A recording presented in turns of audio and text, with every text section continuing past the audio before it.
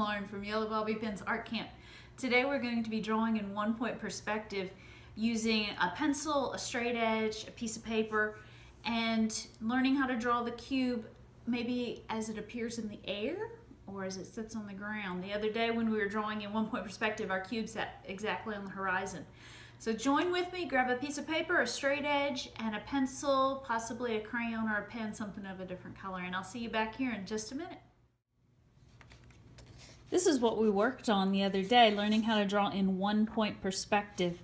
We talked about the vanishing point, and that's why it's called one-point perspective, because there's only one vanishing point. We talked about the horizon being the place where the sky and the ground meets, and we learned how to draw this cube in the middle that's a little bit above the horizon and a little bit below the horizon. We turned it into a house using some real simple, easy ideas. I hope you got to play around with that and can post some of your pictures. I'd love to see what y'all are doing. Today, we're going to take this one-point perspective and we're going to learn how to draw the cube that looks like it's shooting up into the sky.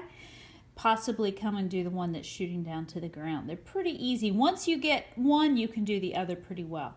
So let's get started today. I have my pencil, I have a straight edge, I have an eraser in case I need it, and I have a crayon because I like to darken some of my lines and give them a little bit different color. I'm going to go ahead and I'm going to sketch in my horizon line. The horizon is a horizontal line that goes all the way across your paper. On the right hand side, right at the edge of the paper, I'm going to go ahead and mark my vanishing point. You can see that clearly here. Now I'm going to start my cube in the sky, and I'm going to draw just a normal ordinary square. You can tell I'm kind of scribbling over my lines, getting it rough. I'm not worried about precise right now. Then I know that this corner is closest to the vanishing point, so I'm going to put a little polka dot on it. This corner is close to the vanishing point, and this corner. This corner is super far away, so I'm not going to do anything with this corner for our drawing today. I'm going to do something with the three closest corners. It uses the straight edge, and I start at the top corner, and I line my straight edge from the top corner to the vanishing point, and I sketch the line. Now, if my ruler, my straight edge, goes from my vanishing point up here, it doesn't work. If I start at the corner, but I don't go to the vanishing point down here, that's no good. So I want to start vanishing point and make sure the straight edge also touches that corner. I'm going to softly draw that line because I might come back and erase some in a minute.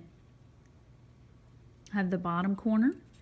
I'm going to again line my straight edge up with that bottom corner. Make sure it's also touching. Don't let it move. And I'm going to softly sketch so those two can connect. I'm going to do the same with this corner. I need to make sure it's connected to the vanishing point. Out here I need to adjust a little bit so it comes up and touches that corner, and softly sketch. And it looks like that cube comes shooting out of the vanishing point, coming to grab your attention. Now let's say we don't need all these lines back here. I'm going to take a straight line that's right here, and I'm going to slide down towards the vanishing point and make that same vertical line. Notice these two lines are parallel. They both go straight up and down in the air.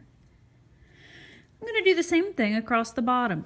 This is a horizontal line that goes parallel to the horizon.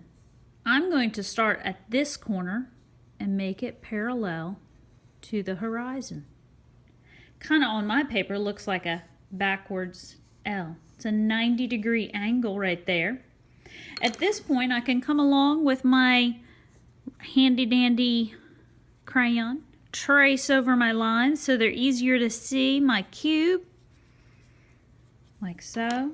I can come in with the eraser and erase these lines way down to the vanishing point because they're a little bit of a distraction at this point. I no longer need them.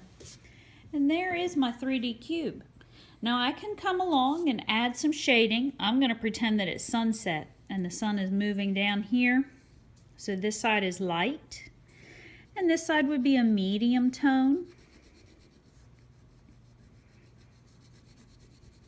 And this side would have more. It's dark. This is going to help my cube appear more three-dimensional, especially if I come along and smooth this out a little bit. So there we have it. Review this video, try it out for yourself. I look forward to seeing the pictures that you post and the things that you draw.